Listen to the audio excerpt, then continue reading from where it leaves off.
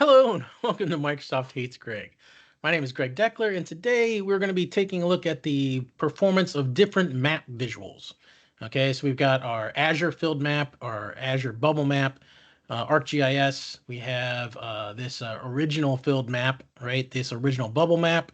This is which one is this one? Let's take a look. It's this guy. It's the maps by PBI Consultants, I think it is. Then we got a couple more additional like third-party maps, right? So this one happens to be T-map drill down. This is icon map, and then this one is Squillion.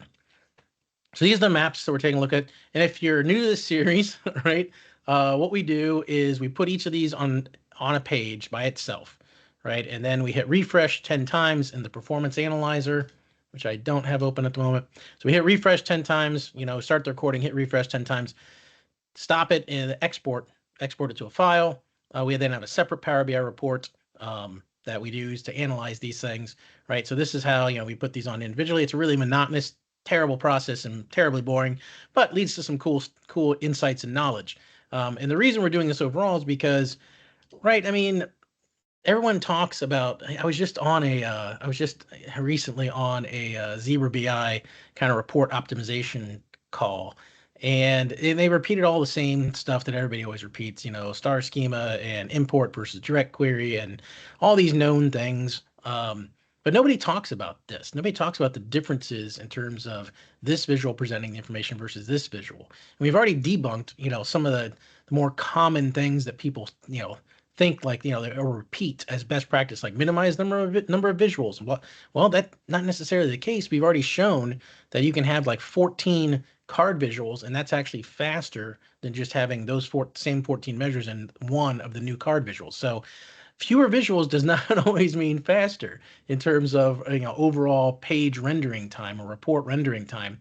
It's important to pay attention to what visuals that you're choosing as well. And it very much it doesn't seem like really anybody talks about this, and it's very much an unexplored topic, which is why I'm really digging into this with this series to really kind of explore it in as as fine a detail as I care to. All right, so our performance report. Let's get it up here. So anyway, so we export everything, and then here's our maps, and this is page 2. And as you can see, well, here's what's interesting. So so what you didn't see on the other ones, I also tried out Azure 3D column maps and Azure heat maps, and those were actually the fastest. And I was not expecting that at all because what I'd seen around the Azure bubble map and Azure filled map, and this actually lines up with previous results from like the fastest visual in DAX, is that the bubble map was like twice as fast as the filled map, which really surprised me.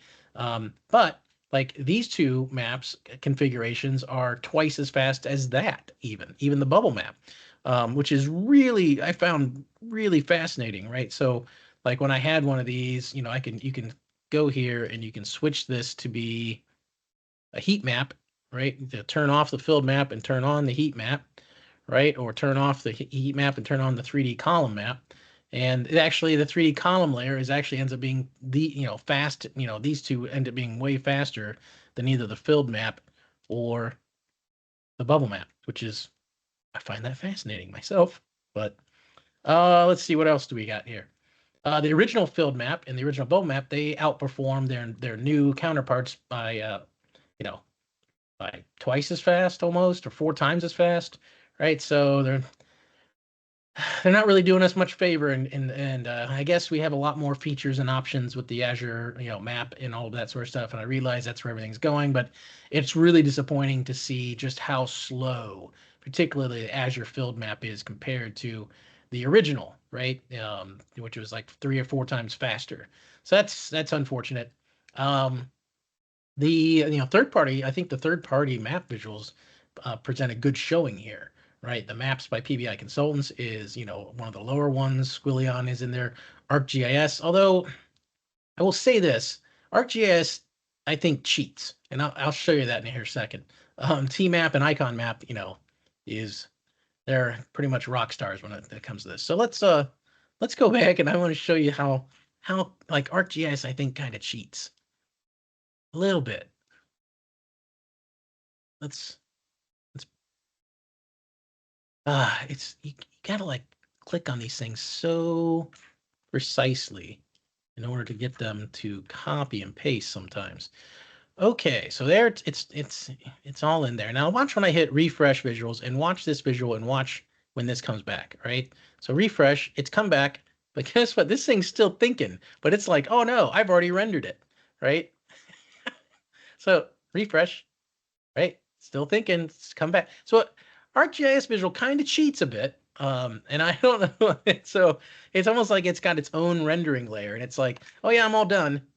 Power BI desktop, I'm all done, rendering and everything, go on your merry way. While it's still like has its own processing layer and is still doing things. So ArcGIS, they kind of cheat a little bit on that one, as far as the performance goes, right? So well, of course, it doesn't work because of Teams, and I got my screen shared.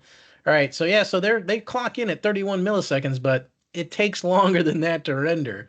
Um, I would say almost maybe twice as long to render as what it's showing here. It's obviously a noticeable lag, right? So 1001, 1000. It's a good second, which makes it so I mean, that would be like 1,000 milliseconds. I can do a 1001 before it 1001, 1000. Yep. So it's like a second and a half.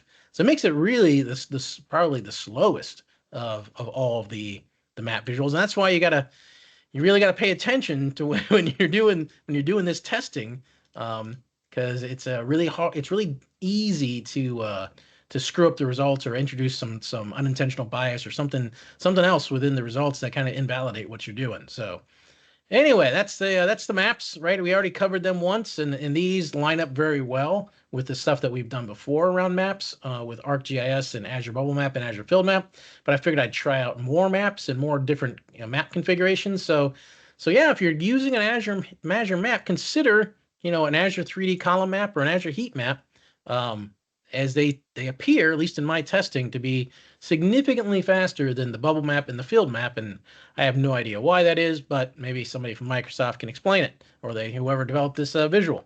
So that is all I had for this video. Hope you enjoyed it, and I'll see you next time.